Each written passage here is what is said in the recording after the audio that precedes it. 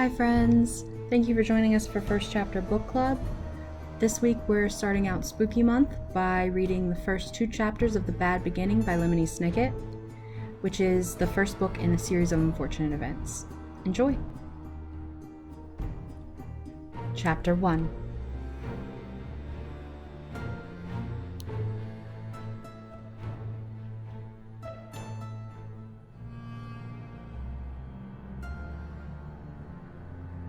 If you are interested in stories with happy endings, you would be better off reading some other book.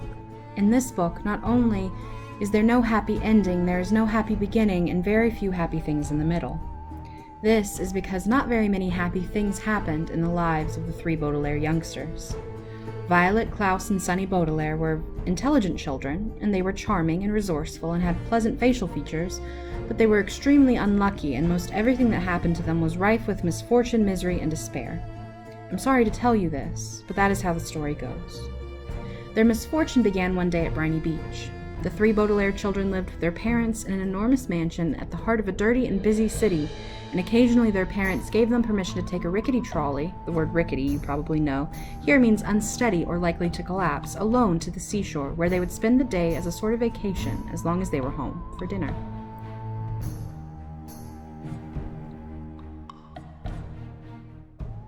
This particular morning it was gray and cloudy, which didn't bother the Baudelaire youngsters one bit. When it was hot and sunny, Briny Beach was crowded with tourists, and it was impossible to find a good place to lay one's blanket. On gray and cloudy days, the Baudelaires had the beach to themselves to do what they liked. Violet Baudelaire, the eldest, liked to skip rocks. Like most 14-year-olds, she was right-handed, so the rocks skipped farther across the murky water when Violet used her right hand than when she used her left. As she skipped rocks, she was looking out at the horizon and thinking about an invention she wanted to build. Anyone who knew Violet well could tell she was thinking hard because her long hair was tied up in a ribbon to keep it out of her eyes. Violet had a real knack for inventing and building strange devices, so her brain was often filled with images of pulleys, levers, and gears, and she never wanted to be distracted by something as trivial as her hair. This morning she was thinking about how to construct a device that could retrieve a rock after you had skipped it into the ocean.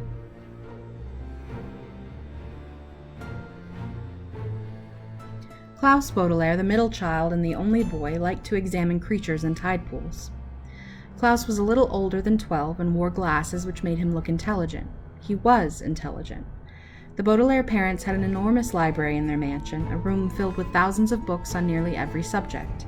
Being only 12, Klaus of course had not read all of the books in the Baudelaire library, but he had read a great many of them and had retained a lot of the information from his readings. He knew how to tell an alligator from a crocodile, he knew who killed Julius Caesar, and he knew much about the tiny slimy animals found at Briny Beach, which he was examining now.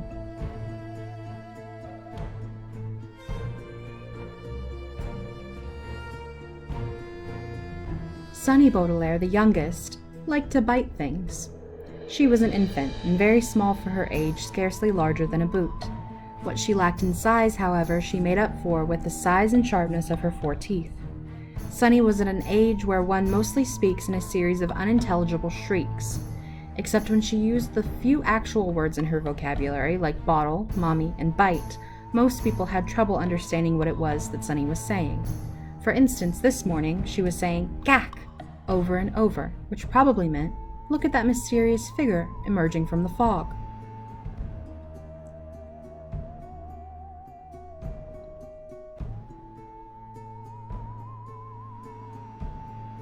Sure enough, in the distance along the misty shore of Briny Beach, there could be seen a tall figure striding toward the Baudelaire children. Sunny had already been staring and shrieking at the figure for some time when Klaus looked up from the spiny crab he was examining and saw it too. He reached over and touched Violet's arm, bringing her out of her inventing thoughts. "Look at that," Klaus said, and pointed towards the figure. It was drawing closer, and the children could see a few details.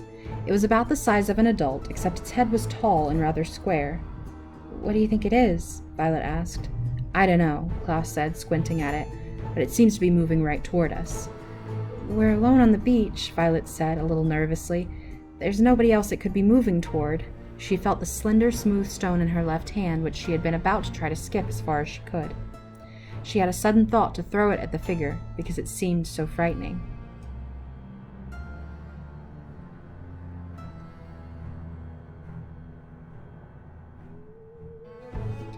It only seems scary, Klaus said, as if reading his sister's thoughts, because of all the mist. This was true. As the figure reached them, the children saw with relief that it was not anybody frightening at all, but somebody they knew, Mr. Poe. Mr. Poe was a friend of Mr. and Mrs. Baudelaire's, whom the children had met many times at dinner parties. One of the things Violet, Klaus, and Sunny really liked about their parents was that they didn't send their children away when they had company over, but allowed them to join the adults at the dinner table and participate in the conversation as long as they helped clear the table. The children remembered Mr. Poe because he always had a cold and was constantly excusing himself from the table to have a fit of coughing in the next room.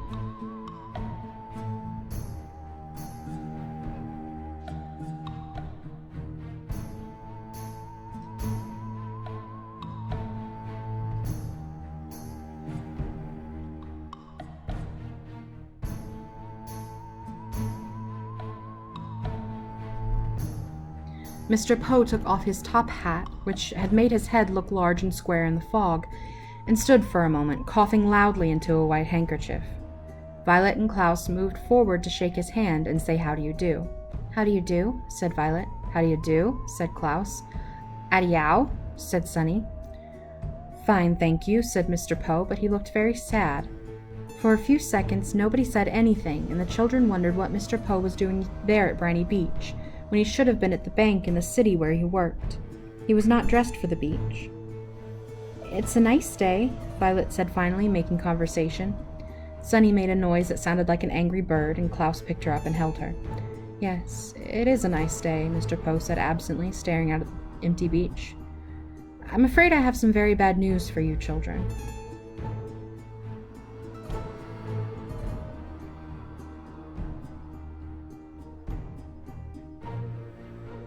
The 3 Baudelaire siblings looked at him. Violet, with some embarrassment, felt the stone in her left hand and was glad she had not thrown it at Mr. Poe. "Your parents," Mr. Poe said, "have perished in a terrible fire." The children didn't say anything. "They perished," Mr. Poe said, "in a fire that destroyed the entire house. I'm very, very sorry to tell you this, my dears." Violet took her eyes off Mr. Poe and stared out at the ocean. Mr. Poe had never called the Baudelaire children "my dears" before. She understood the words he was saying, but thought he must be joking, playing a terrible joke on her and her brother and sister.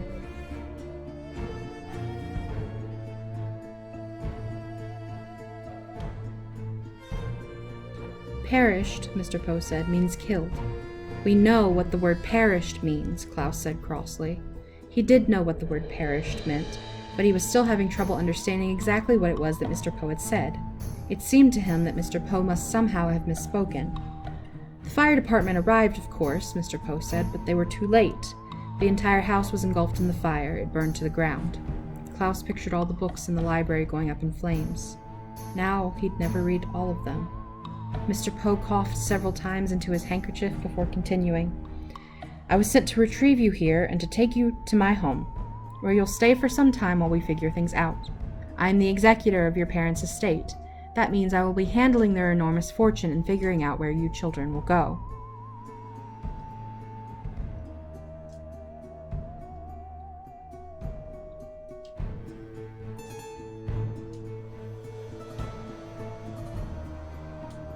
"When Violet comes of age, the fortune will be yours, but the bank will take charge of it until you are old enough." Although he said he was the executor, Violet felt like Mr. Poe was the executioner. He had simply walked down the beach to them and changed their lives forever. "Come with me," Mr. Poe said, and held out his hand. In order to take it, Violet had to drop the stone she was holding. Klaus took Violet's other hand, and Sunny took Klaus's other hand, and in that manner the 3 Baudelaire children, the Baudelaire orphans now, were led away from the beach and from their previous lives.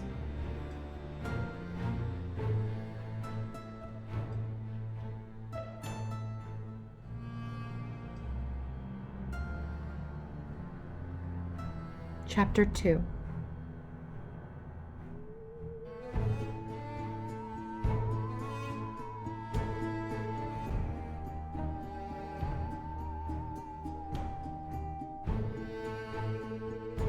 It is useless for me to describe to you how terrible Violet, Klaus, and even Sunny felt in the time that followed.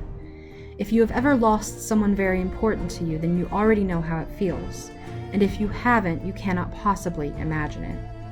For the Baudelaire children, it was of course especially terrible because they had lost both their parents at the same time, and for several days they felt so miserable they could scarcely get out of bed. Klaus found he had little interest in books. The gears in Violet's inventive brain seemed to stop, and even Sonny, who of course was too young to really understand what was going on, bit things with less enthusiasm.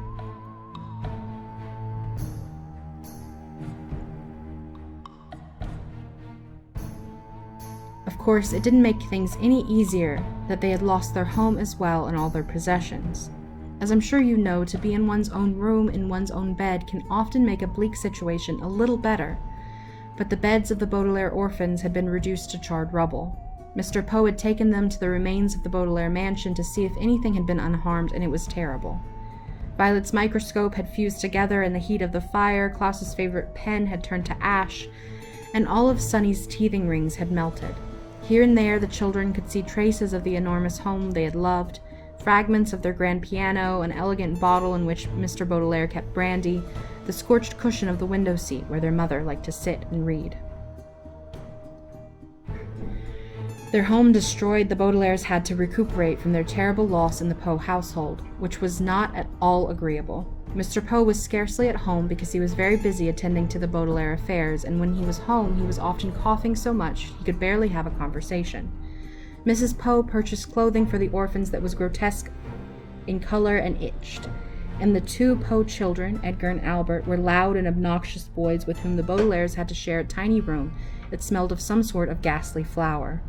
But even given the surroundings, the children had mixed feelings when, over a dull dinner of boiled chicken, boiled potatoes, and blanched — the word blanched here means boiled — stringed beans, Mr. Poe announced they were to leave his household the next morning.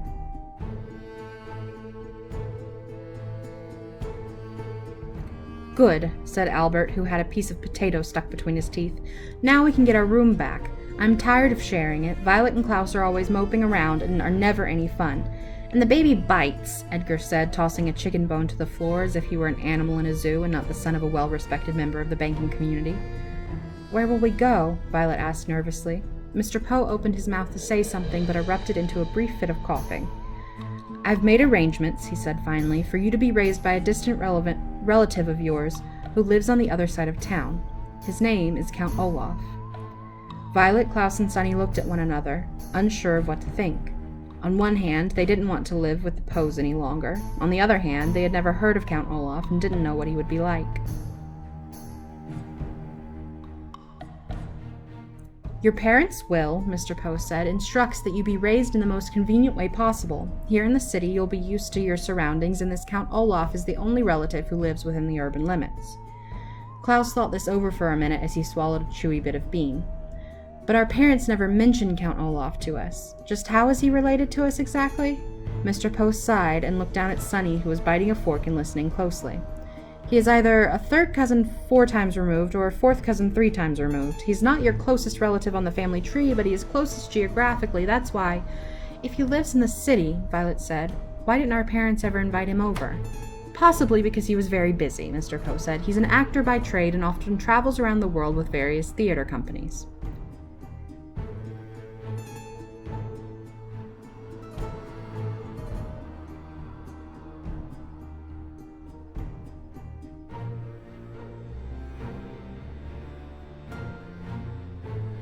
"I thought he was a count," Klaus said. "He is both a count and an actor," Mr. Poe said. "Now, I don't mean to cut short our dinner, but you children have to pack up your things, and I have to return to the bank to do some more work. Like your new legal guardian, I am very busy myself." The 3 Baudelaire children had many more questions for Mr. Poe, but he had already stood up from the table and with a slight wave of his hand departed from the room. They heard him coughing into his handkerchief, and then the front door creaked shut as he left the house. "Well," Mrs. Poe said, "you 3 had better start packing. Edgar, Albert, please help me clear the table." The Baudelaire orphans went to the bedroom and glumly packed their few belongings. Klaus looked distastefully at each ugly shirt Mrs. Poe had bought for him as he folded them and put them into a small suitcase.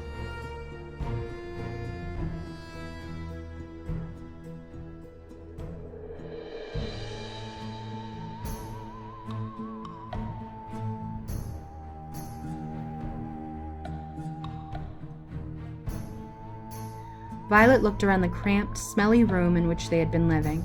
and Sunny crawled around, solemnly biting each of Edgar and Albert's shoes, leaving small teeth marks in each one so she would not be forgotten.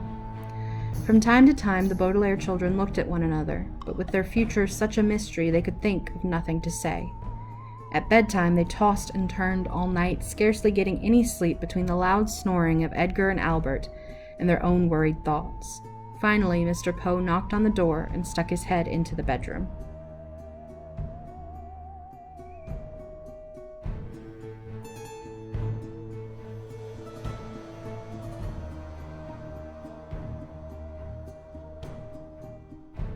"Rise and shine, Baudelaires," he said. "It's time for you to go to Count Olaf's."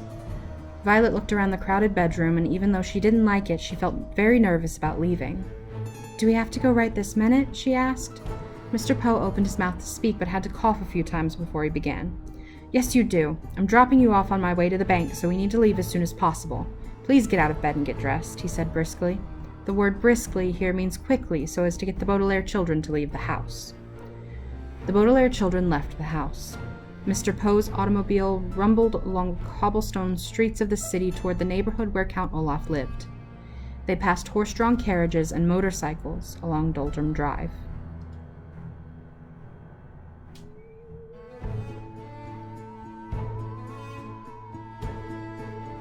They passed the Fickle Fountain, an elaborately carved monument that occasionally spat out water in which the young children played. They passed an enormous pile of dirt where the royal gardens once stood. Before too long, Mr. Poe drove his car down a narrow alley with houses made of pale brick and stopped halfway down the block. "Here we are," Mr. Poe said in a voice undoubtedly meant to be cheerful. "Your new home." The Baudelaire children looked out and saw the prettiest house on the block. The bricks had been cleaned very well, and through the wide and open windows one could see an assortment of well-groomed plants. Standing in the doorway with her hand on the shiny brass knob was an older woman, smartly dressed, who was smiling at the children. In one hand she carried a flower pot. "Hello there," she called out. "You must be the children Count Olaf is adopting."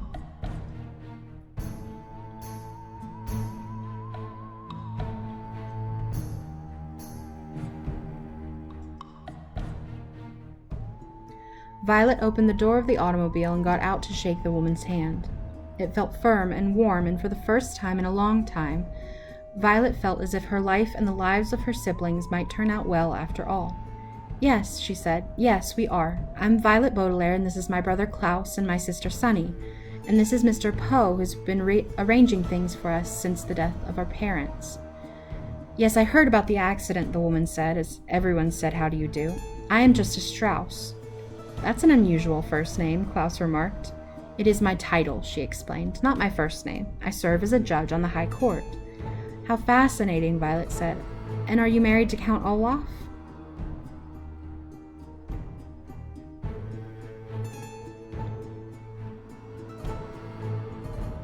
"Oh, goodness me, no," Justice Strauss said. "I don't actually know him that well. He's my next-door neighbor." The children looked from the well-scrubbed house of Justice Strauss to the dilapidated one next door. The bricks were stained with soot and grime. There were only 2 small windows, which were closed with the shades drawn even though it was a nice day. Rising above the windows was a tall and dirty tower that tilted slightly to the left. The front door needed to be repainted, and carved in the middle of it was an image of an eye. The entire building sagged to the side like a crooked tooth. "Oh," said Sunny, and everyone knew what she meant. She meant, "What a terrible place! I don't want to live there at all." "Well, it was nice to meet you," Violet said to Justice Strauss. "Yes," said Justice Strauss, gesturing to her flower pot. "Perhaps one day you could come over and help me with my gardening." "That would be very pleasant," Violet said very sadly. It would, of course, be very pleasant to help Justice Strauss with her gardening, but Violet could not help thinking that it would be far more pleasant to live in Justice Strauss's house instead of Count Olaf's. What kind of a man, Violet wondered, would carve an image of an eye into his front door? Mr. Poe tipped his hat to Justice Strauss, who smiled at the children and disappeared into her own lovely house. Klaus stepped forward and knocked on Count Olaf's door, his knuckles rapping right in the middle of the carved eye. There was a pause, and the door creaked open, and the children saw Count Olaf for the first time.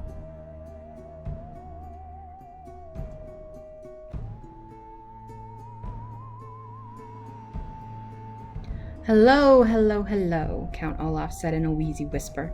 He was very tall and very thin, dressed in a gray suit that had many dark stains on it.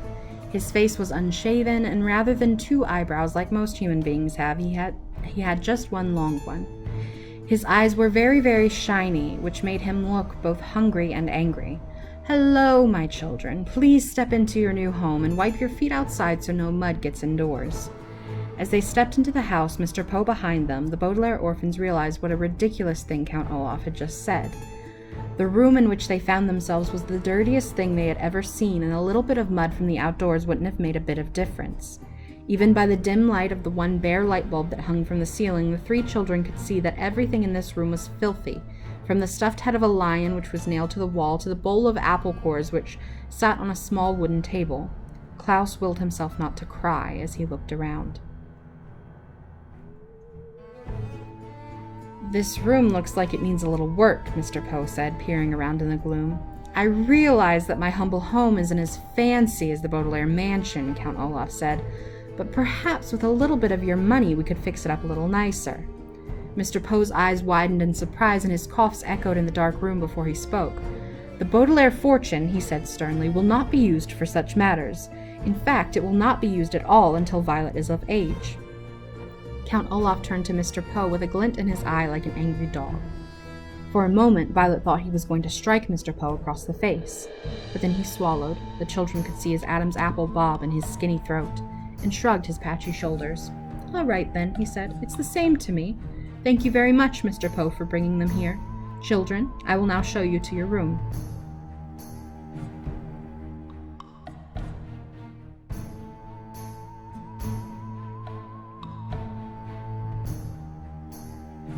"Goodbye, Violet, Klaus, and Sunny," Mr. Poe said, stepping back through the front door. "I hope you will be very happy here. I will continue to see you occasionally, and you can always contact me at the bank if you have any questions." "But we don't even know where the bank is," Klaus said. "I have a map of the city," Count Olaf said. "Goodbye, Mr. Poe." He leaned forward to shut the door, and the Baudelaire orphans were too overcome with despair to get a last glimpse of Mr. Poe. They now wished they could all stay at the Poe household, even though it smelled. Rather than looking at the door then, the orphans looked down and saw that although Count Olaf was wearing shoes, he wasn't wearing any socks. They could see, in the space of pale skin between his tattered trouser cuff and his black shoe, that Count Olaf had an image of an eye tattooed on his ankle, matching the eye on his front door. They wondered how many other eyes were in Count Olaf's house, and whether, for the rest of their lives, they would always feel as though Count Olaf were watching them, even when he wasn't nearby.